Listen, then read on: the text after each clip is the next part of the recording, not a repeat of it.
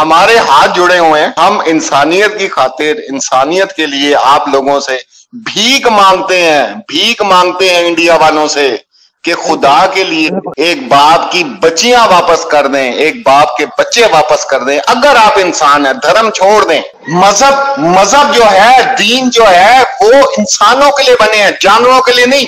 किसी भी दीन में, किसी भी मजहब में जाने से पहले इस बात की शर्त है कि आपको इंसान होना पड़ेगा।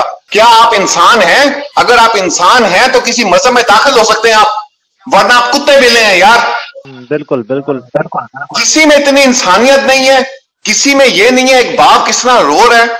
आप सारी लड़ाइयां, आप हर चीज को साइड पे रखें जो गलत है। इसको मैं कहता हूं, मैं अब कुछ और कहने लगा था। और जो बच्चियां हैं सर, बच्चियां हैं, बच्चे नहीं है, लड़के नहीं है, लड़कियां हैं। गुलाम हैदर की खुदा का वास्ता, भगवान का वास्ता, जिसको मानते हैं उसका वास्ता देते हैं कि इंसानियत को समझें, इंसानियत के लिए आवाज उठाएं। बस हम यही कर सकते हैं। और अगर आप इंसानियत के लिए आवाज नहीं उठाते तो आप किसी धर्म के भी नहीं है भाई। बस एक दो बातें करनी है सर। एक तो वीडियो जो कल आपके सामने वायरल हुई है और जिस तरह रो रहे हैं गुलाम हैदर भाई, सर ये तो मतलब इसमें कोई दो राय नहीं है कि इस पे पूरी सियासत खेली जा रही है। और ये कोई इतना बड़ा इशू नहीं था, ये कोई इतना बड़ा मसला नहीं था।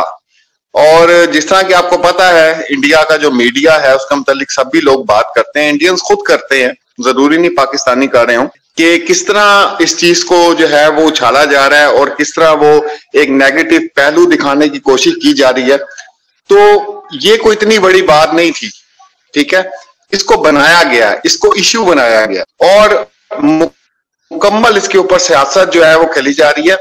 मेरे अपने चैनल पर इंडिया से इतने लोग हैं, सब लोग यही चाहते हैं कि इसको वापस पाकिस्तान भेजा जाए, लेकिन मेरे ख्याल से हुकूमत नहीं चाहती, हुकूमत यही चाहती, हुकूमत क्या है ये यहाँ पे थे।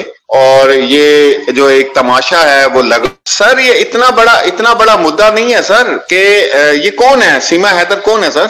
बिल्कुल कोई इतनी एक क्रिमिनल है, ये जान के इस तरह किया जा रहा है ताकि ये तमाशा लगा रहे बस।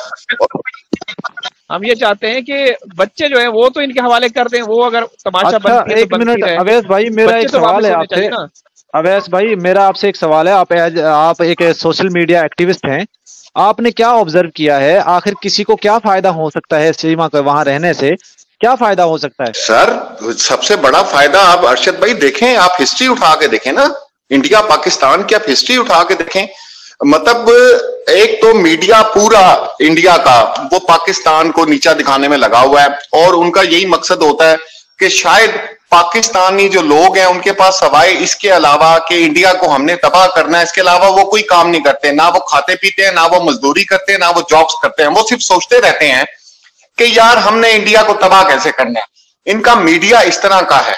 और मैं नहीं कहता, हिंदुस्तान के 80% लोग ये बात करते हैं, मैं नहीं कह रहा। मैं 10,000 वीडियोस लगा सकता हूं इंडियन लोगों की जो अपने मीडिया के खिलाफ बात करता है। वो कहता है भाई और मुद्दे दिखाओ, और क्यों नहीं दिखाते हो? उसको दबाने के लिए अब ये एक इशू बना। यार कौन सी इतनी बड़ी बात है, मुझे बताएं आप। कोई एक बंदा वहां पर नहीं जा सकता इस मसले को हल करने के लिए? बच्चों का सवाल है, उसको दफा करें। हम तो ऐसी औरत पे लानत भेजते हैं, हम तो, हमारे तो काम करने वाली भी इससे ज्यादा खूबसूरत होती हैं जो हमारे घर के अंदर काम करती हैं। आप पाकिस्तान में आप जानते हैं मैं क्या बात कर रहा हूँ। कूड़ा उठाने वाली बच्चियां और लड़कियां खूबसूरत, ये इनको पता नहीं क्या नजर आ गया इस बुढ़ी कोठी के अंदर। मैं जरा माजरत चाहता हूं, मेरे अल्फाज बड़े सख्त होते हैं सर, मैं बहुत कम बात करता हूं लाइव में आके, और आपने देखा है कि मेरी आवाज बहुत कम होती है। हाँ, उसकी वजह ये होती है कि मैं फिर उतरता हूँ ट्रैक से, ठीक है ना, और फिर वो लोगों को बातें बुरी लगती हैं। इनको पता नहीं क्या नजर आ गया भाई। अब सचिन को आप देख लें, ठीक है, वो पता नहीं वहां पे कूड़ा उठाता था। हमारे तो कूड़े वाले भी यार ऐसे नहीं होते। मैं माजरत चाहता हूं, अल्लाह की बनाई मखलूक होती है, लेकिन पता नहीं इनको क्या नजर आ रहा है इसके अंदर। ये क्या है यार? 4 बच्चों का सवाल है, सब हम लोग जो मर रहे हैं सुबह से शाम तक। 5 तनवीर अफरोज भाई हैं, अरशद भाई हैं, कितने चैनल वाले लोग हैं, वो आवाजें उठा रहे हैं, 5-5, 6-6 वीडियोस डाल रहे हैं। इनके यार जूं भी नहीं रेंग रही है। सबसे पहले इंसानियत आप दफा करें, सबको, तमाम चीजों को साइड पे रखें, मुल्कों को साइड पे रखें, सरहदों को साइड पे रखें, मजाहिब को साइड पे रखें। जिसके पास इंसानियत नहीं है उसके लिए तो कोई मजहब ही नहीं है यार। और मैं जब गुलाम हैदर से इस्लामाबाद में मिला था, आप यकीन करें, मैं 5 मिनट इस बंदे के पास बैठा था और मुझे इतना मलाल था तनवीर भाई कि यार ये कितना शरीफ आदमी है। आपकी मुलाकात हुई, आप लोग भी गए हैं? बिल्कुल, हमने तो देखा, फिजिकली देखा, हमने ग्राउंड पे देखा हमने। ये वाकई बेचारा इतना मासूम है कि इसको ऐसी औरत धोखा दे सकती थी। इतना शरीफ आदमी कि मैं आपको बता नहीं सकता यार। औरत के साथ इसने आंख मिला के क्या बात करनी है, मर्द के साथ ये बंदा आंख मिला के बात नहीं कर सकता। गुलाम हैदर बिल्कुल इतना शरीफ है वाकई, कसम खुदा की मैंने अपनी जिंदगी में इतना शरीफ इंसान नहीं देखा यार। अब मसला वही आ जाता है, सारी बात आ गई है इंसानियत की। अब सूर्या वर्मा जी भी आए हुए थे, मैं उनसे भी बात करना चाहता था लेकिन मेरे ख्याल से जल्दी में थे। अल्लाह उनको सेहत दे, बता रहे थे वो बीमार हैं। और भी आपके जितने मेहमान आते हैं सबका शुक्रिया अदा हम कर सकते हैं, हाथ जोड़ सकते हैं। ये मसला ऐसा है कि यहाँ पे ना हम अपनी इज्जत देख सकते हैं ना गैरत दे सकते हैं। हम एक बाप के लिए पूरे इंडिया के सामने हाथ जोड़ के खड़े हैं कि खुदा का वास्ता। जी बिल्कुल, आज जिस तरीके से उनका रोना धोना देखा, यकीन करें कि मैं कहता हूँ कि पत्थर भी पिघल जाए। तनवीर भाई आप यकीन करें, कल वो वीडियो मैंने अपलोड किया, मैं अभी भी मेरे से सही तरह बात नहीं हो पा रही है। मैं सारी रात, आप यकीन करो, करवटें बदलता रहा, सारी रात। मैंने सिर्फ ये सोचा तनवीर भाई, अल्लाह ना करे, खुदा ना खास्ता, ये वक्त अगर मेरे पे हो, क्या मैं इसको बर्दाश्त कर सकता हूं? क्या ये तकलीफ मैं बर्दाश्त कर सकता हूं? औरतों को छोड़ें, लड़कियों को ये छोड़ें, ये इनको छोड़ दें सर। बात है बच्चों की और बच्चियों की, ना महरम के साथ रहना इस तरह। और मैं अब क्या क्या बातें करूं, क्या क्या गुमान हम जैसे लोगों के दिमाग में आते हैं, तो उस बाप के क्या आते होंगे यार। बिल्कुल ऐसे ही है। और आप जानते हैं कि पाकिस्तान में और जो मुसलमान हैं वो किस तरह अपनी बच्चियों को उन्होंने किस तरह मोहब्बत करते हैं, आपसे बेहतर कौन जानता होगा। इंतहाई दुख और तकलीफ की बात है।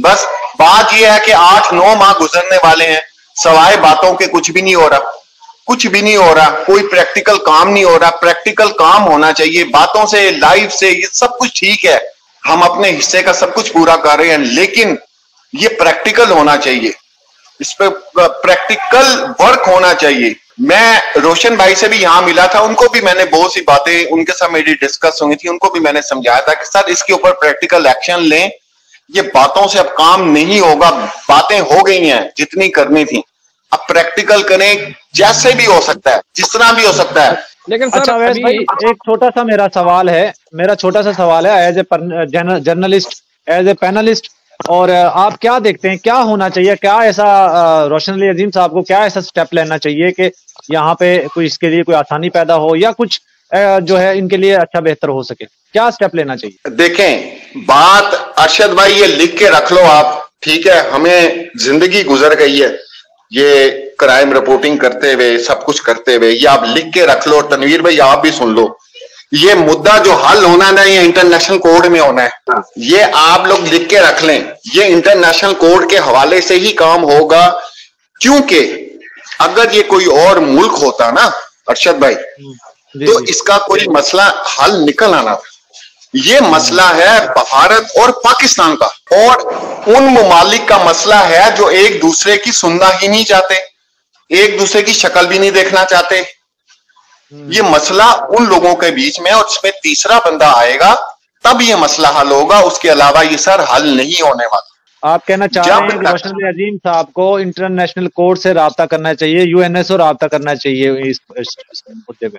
जी जी जी जी, ये आप याद रखें। और कोई भी अगर मेरी ये लोग देख रहे हैं, उन तक मेरी आवाज पहुंच रही है, वो इसमें हाँ मिलाएंगे, हाँ में हाँ मिलाएंगे जो मैं बात कर रहा हूं सर। ये वरना ऐसी 6 साल चलता रहेगा, ये मैं आपको बता दूं। बिल्कुल दुरुस्त आपने पॉइंट उठाया है। मुझे अवैस भाई एक और छोटा सा मेरा सवाल है कि आपको नहीं लगता कि जब तक इसकी जांच मुकम्मल नहीं हो जाती, इसकी इन्वेस्टिगेशन मुकम्मल नहीं हो जाती, इस पे मीडिया पे पाबंदी लगनी चाहिए? क्योंकि हिंदुस्तान में बैठकर ये किसी दूसरी कंट्री के खिलाफ जहर उगल रही है, तो इसकी जिम्मेदारी हिंदुस्तान के एजेंसियों के ऊपर और गवर्नमेंट के ऊपर आती है। अरशद भाई मेरी बात सुने, सबसे पहली बात हम वो बातें नहीं करना चाहते, लेकिन फिर भी आखिर लोग कब तक खामोश रहेंगे, बोलेंगे तो सही। पहला सवाल ये है कि जितनी एजेंसीज हैं इंडिया की, उन पे उंगली उठती है कि यार आपकी एजेंसीज ऐसी हैं कि एक औरत 4 बच्चे लेके दाखिल हो गई है। कल तो कितने लोग कहां से दाखिल हो सकते हैं आपको, आपके मुल्क को बर्बाद करने के लिए। पहला सवाल तो ये है इनकी एजेंसी से। दूसरा सवाल ये है कि अगर एक वकील के थ्रू पता चल गया कि एक पाकिस्तानी औरत 4 बच्चों समेत यहां पे 1 महीने से रह रही है, तो आपने उसको बेल कैसे दे दी? सवाल है ना सर। बिल्कुल, बहुत बड़ा सवाल है। अच्छा जी, अब आपने बेल दे दी, कोई बात नहीं। उसके बाद आपने तमाशा लगाने के लिए 1800 चैनल उसकी फेवर में भेजे कि वो पाकिस्तान के खिलाफ बात करे, ठीक है। और उसने की जहरी सी बात है, वो जिस मतलब अब घेरे में आई हुई है वो तो बात करेगी ना सर। वो तो ये थोड़ी कहेगी इंडिया बुरा है, वो तो कहेगी इंडिया बहुत अच्छा है। अब होते होते ये मुद्दा इन्होंने पकड़ लिया, उन्होंने कहा लो जी हमें तो एक चेक मिल गया, जब दिल किया उठे, एक इंटरव्यू लिया, निकाल भी पाकिस्तान को गालियां ऐसी की तैसी, और रज के निकालती है। ये भी होता है, फिर वो भी होता है, फिर वो भी होता है। ओके जी, चलो जी, कोई बात नहीं। लेकिन हमारे लिए जो अच्छी बात है, गुलाम हैदर के लिए जो अच्छी बात है वो ये है कि सूर्या वर्मा जी जैसे लोग, आस्था माँ जैसे लोग और नंदा भाई जैसे लोग अभी उनके जमीर जाग रहे हैं। इंडिया में बेइंतहा लोग ऐसे हैं जो बेइंतहा मोहब्बत करते हैं गुलाम हैदर से। ये एक हमारे पास गुड पॉइंट है। वरना मीडिया पे आप जाएं तो वो तो लगता है कि पता नहीं कहां से अर्शों से उतर के आ गई है। आप कभी उनको देखा करें, एंकर्स को, जब वो सवाल कर रहे होते हैं उससे, और जान के वो सवाल करते हैं कि पाकिस्तान के ओपोजिट। आप पाकिस्तान को कुछ कहना चाहेंगे? आप पाकिस्तान को, अरे भाई क्यों पाकिस्तान के पीछे पड़े हो? आप यकीन करो अरशद, मैं अगर ये कहते हैं ना, या भी कुछ एंकर हैं अपना, हमारे यूट्यूबर हैं जो पाकिस्तान को और इस्लाम को गंदा करने पे लगे हैं, 5-6 हैं, ज्यादा नहीं है, बाकी ठीक है। पता क्या कहते हैं, इनके पास तो आटा ही नहीं है, आटा इतना महंगा है, जिसने आटा लेना होता है वो जनाब वीलॉग बना देता है, उसके आटे के पैसे पूरे हो जाते हैं, ठीक है। जी जी बिल्कुल। अब सुने मेरी बात, सुने, खुदा की कसम, मैंने सिर्फ 3 वीडियोस चला दी इनके सुप्रीम कोर्ट के वकील की कि इस वक्त भारत में हालत क्या है, तो इनको भागते सा नहीं आना। जी सबको पता है, गोदी मीडिया दिखाता नहीं है। मजे की बात सुने, वो मैं नहीं बोलूंगा, वो कि पाकिस्तान का बंदा नहीं बोलेगा, पाकिस्तान का एंकर नहीं बोलेगा, पाकिस्तान का जर्नलिस्ट नहीं बोलेगा, इनके सुप्रीम कोर्ट का वकील बताएगा कि इंडिया के क्या हालात हैं इस वक्त। लेकिन हमने उस साइड पे जाना नहीं, वो हमारा मुद्दा नहीं है। हमने गालम गलोच नहीं करनी, हमने एक दूसरे को बुरा नहीं कहना। हमारा मकसद है हाथ जोड़ के कि आपकी मेहरबानी, आप लोग महान हैं जी, आप जैसे दुनिया में लोग नहीं है, हम मानते हैं। देखिए कुछ लोग अभी भी ऐसे हैं, जिस तरह कल तनवीर, आपने भी शायद देखा होगा, तनवीर भाई को ऑन ईयर धमकियां दे रहे हैं कि भाई काट देंगे, ये कर देंगे। तो ये किस तरफ लेके जा रहे हैं इस डिबेट को, या इस बात को, इस मुद्दे को? सर काट देंगे तो खैर आप छोड़ दें, वो तो जब आमने सामने आते हैं तो बात उधर होती है ना। ये वीलॉग के अंदर बातें करनी पड़ी होती हैं, ये तो आमने सामने आएंगे तो देख लेंगे कौन किसका काट लेता है। वो तो बात की कहानी है ना, उसको छोड़ें आप, इनको बोलने दें। बेचारों के लगे में मेले, किसी के 25 व्यूअर बैठे होते हैं, किसी के 200 व्यूज आ रहे होते हैं, अपनी साइंस झाड़ा होता है साइंस। और कोई तो ऐसा कहता है, एक बेटे ने मोबाइल लिया, एक बेगम ने मोबाइल लिया, तो बेटी ने लिया, तो उन पे लॉगिन करके बैठ जाते हैं कि देखते रहो हमें। अच्छा, दूसरी बात एक और बताता हूँ, मैंने शायद तनवीर भाई को नहीं पता सर, दुआ ज़रा केस सबसे पहले मैंने रिपोर्ट किया था, सबसे पहले। बिल्कुल बिल्कुल, हमें पता है जी, हमें पता है।